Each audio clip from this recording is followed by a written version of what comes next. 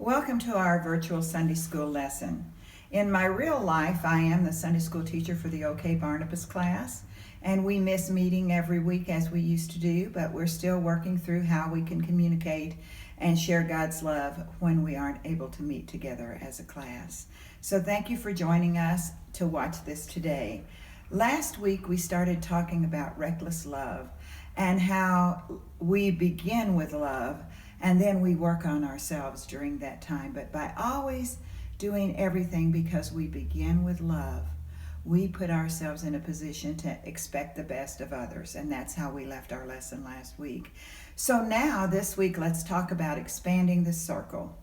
You know, who doesn't remember Dr. Seuss and How the Grinch Stole Christmas? It is fall of the year, and we know Christmas will be here before we know it. But I've always loved that story, and my children love the story of How the Grinch Stole Christmas. And you know, the Grinch was a mean one, Dr. Seuss tells us. He hates Christmas, and no one is sure of the reason. Dr. Seuss said maybe his head wasn't screwed on right. Maybe his shoes were too tight. I get ahead in that rhyme. But the most likely reason of all was because his heart was 2 sizes too small. And how Dr. Seuss came to write this story for all of us to learn from was one morning on the day after Christmas, he was just fed up with Christmas himself. He looked in the mirror and he said, I've just had it. And he looked so grumpy, he thought of himself as looking like a Grinch. So he wrote this story to see if he could rediscover something about Christmas that he himself had obviously lost. And it took him a while to write the ending and to think of how he would bring that about, and he had several scenarios. But what I think he really wants to think about today is the Grinch does not know why he hates Christmas.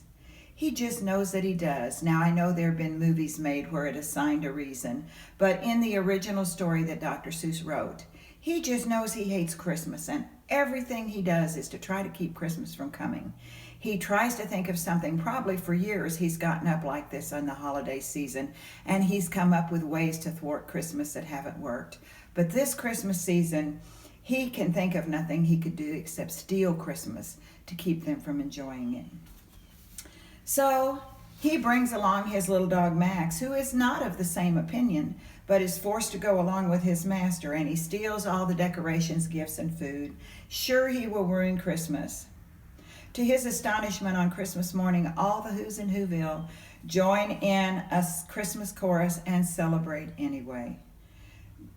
For one thing that happened to him immediately is it dawned on him the true meaning of Christmas was loving each other. And the people in Whoville loved each other and celebrated Christmas without any gifts.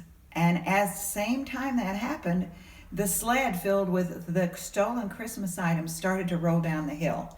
So the Grinch suddenly had to grab hold of that, and we are told that he had the strength of 10 Grinches plus 2, and at the same time, his heart expanded. His expanding heart gave him the strength to do this because he was filled with love. All of a sudden, for the holiday season, and he went down to join the Who's as they sang their Christmas chorus. So, you know, Christ's love for us is like that. It enlarges our capacity to love because he first loved us. So Jesus' example and ministry actually disrupt our ideas of a limited capacity for love, that we can only love 3 people, that we can only love our close family, that we can only love people who think, look, and act like us. It was not restricted by conditions or numbers, and Jesus chose people to help him in his ministry whose own feelings about love he could expand, because he had to teach them to be fishers of men and to serve the whole world telling his story. In the 3 years that Jesus was with them, he was only there to give them the strength and the courage they needed to go forward without him.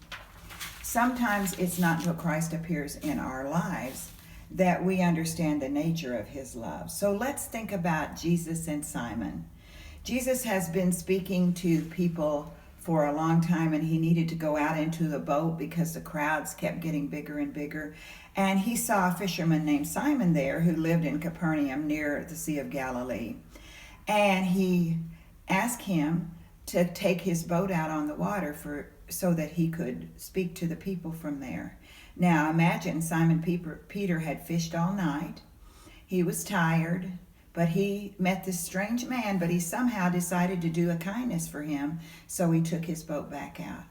After Jesus had finished speaking, he said to him, "Simon, cast your net in the water." And he said, "Go out a little further and cast your net into the water." You know, Simon must have rolled his eyes because he'd fished all night and he hadn't caught a thing, and he knew that there wasn't any fish out there for him to catch.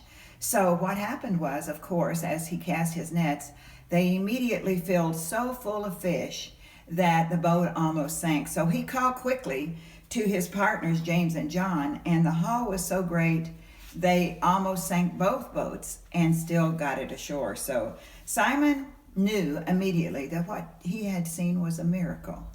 This set off a chain reaction in his brain. He saw the miracle and he knew it was connected to this man and someone holy that he had just met, who didn't know anything about him and about whom he knew nothing. So when he saw it, he fell down at Jesus' knees saying, "Go away from me, Lord, for I'm a sinful man." We find this story in Luke 5, by the way, if you want to review the scriptures for yourself.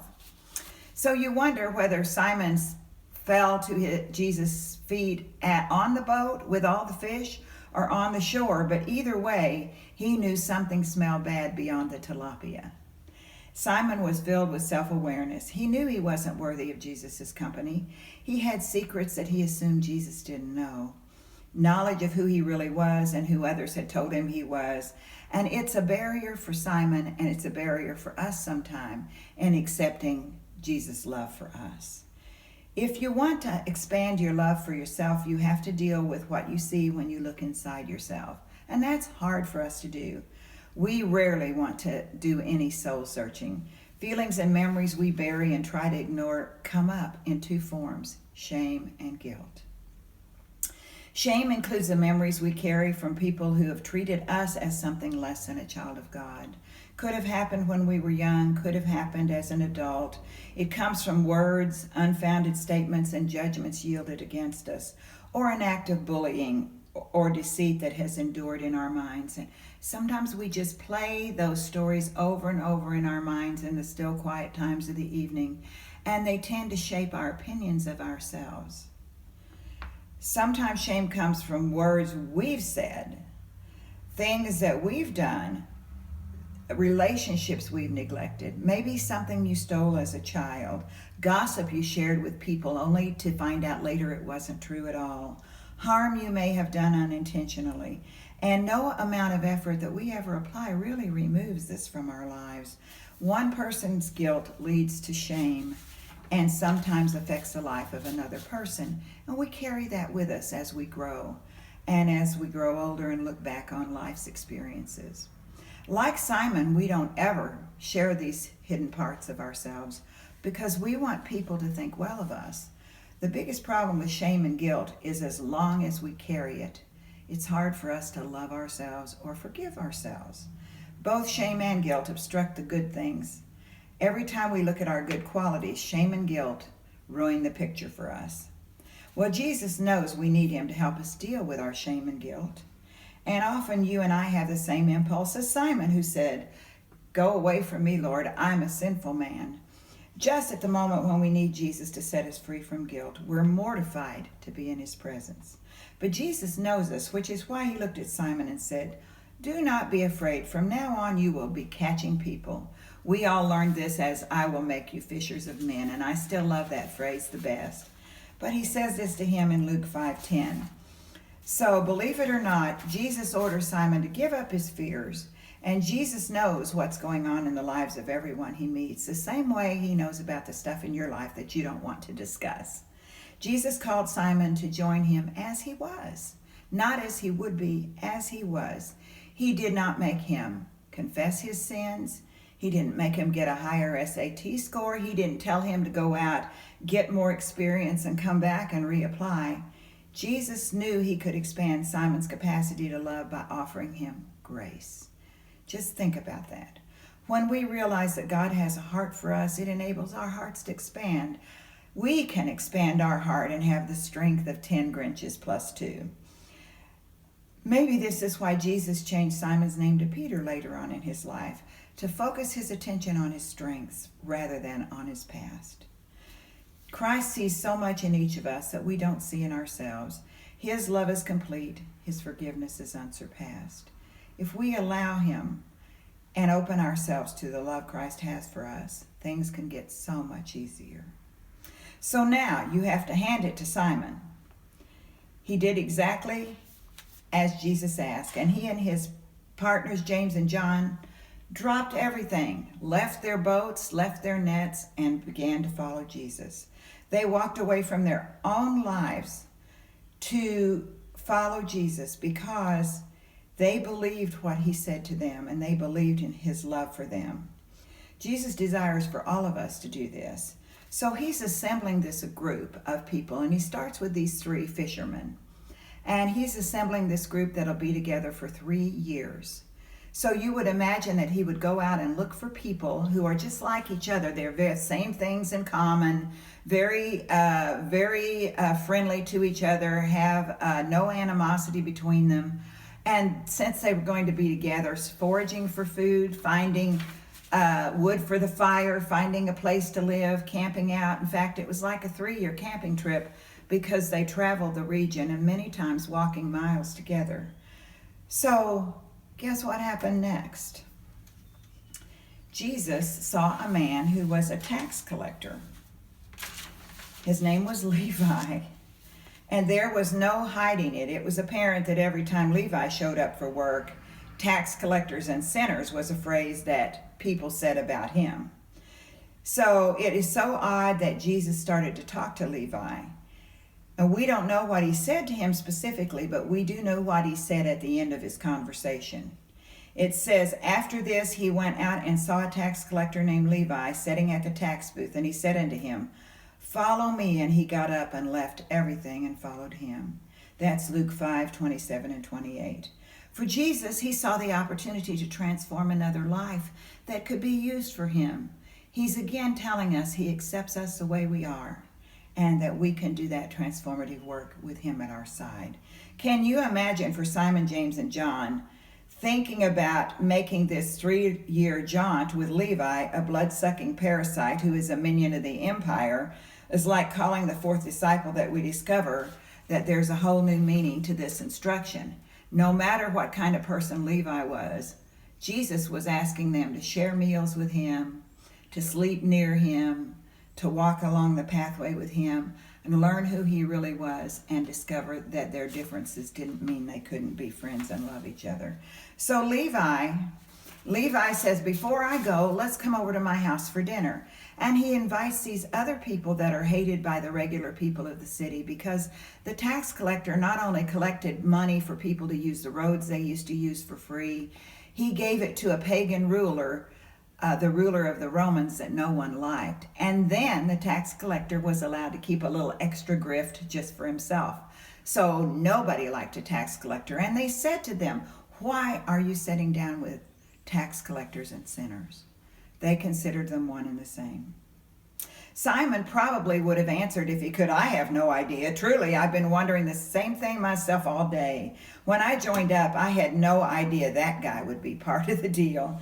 But Jesus was clear in his response. Those who are well have no need of a physician, but those who are sick. I have come to call not the righteous, but sinners to repentance. To be chosen and commissioned by Jesus was a great opportunity. The disciples had a backstage pass to talk to Jesus after he finished speaking to the people and to understand his meaning. Few of them were the kind of people you would expect Jesus to have called to follow him. We've all heard about Peter and Levi. Mark tells us that Jesus called James the son of Zebedee and John the brother of James, and he referred to them as the sons of thunder. So Jesus' disciples included the good, the bad, and the ugly. There was Nathanael, of whom Jesus said, here is truly an Israelite in whom there is no deceit.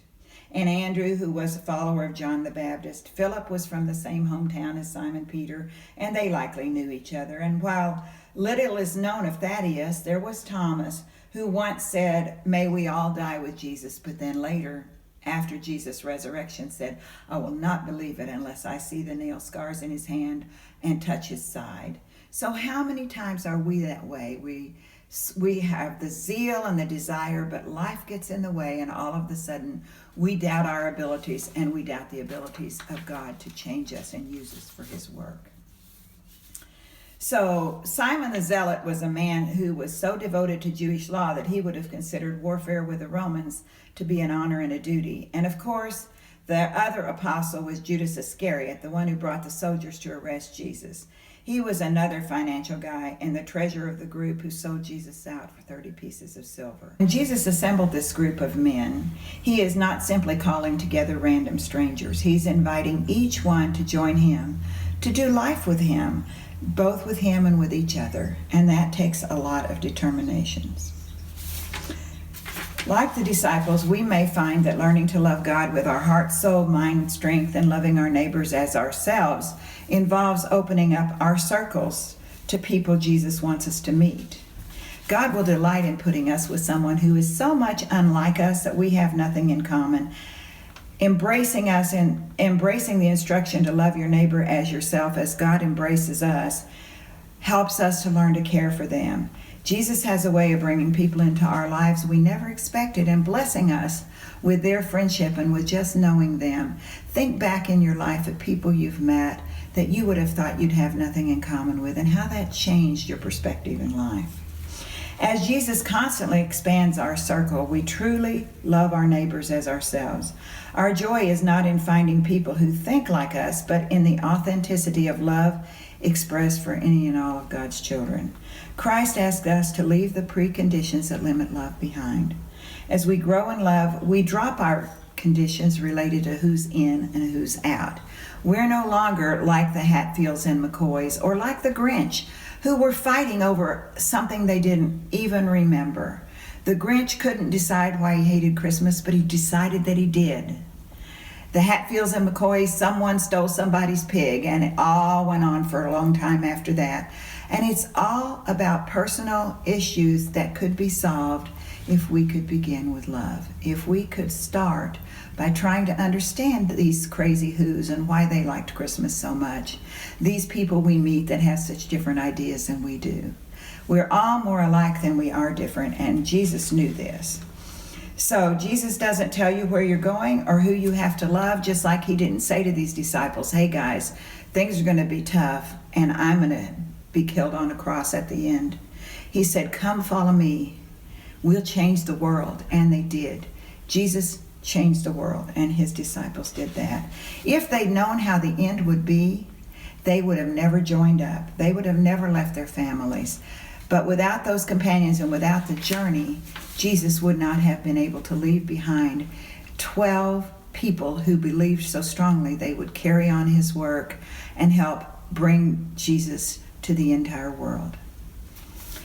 We can learn to love the Lord our God with all our hearts, minds, souls, and strength, and love our neighbors as ourselves too. We don't know what the end will be, but we know that every step of the way, God's love and the Holy Spirit are with us to guide us and help us to be the love he wanted to leave with the world. Thanks for your time today.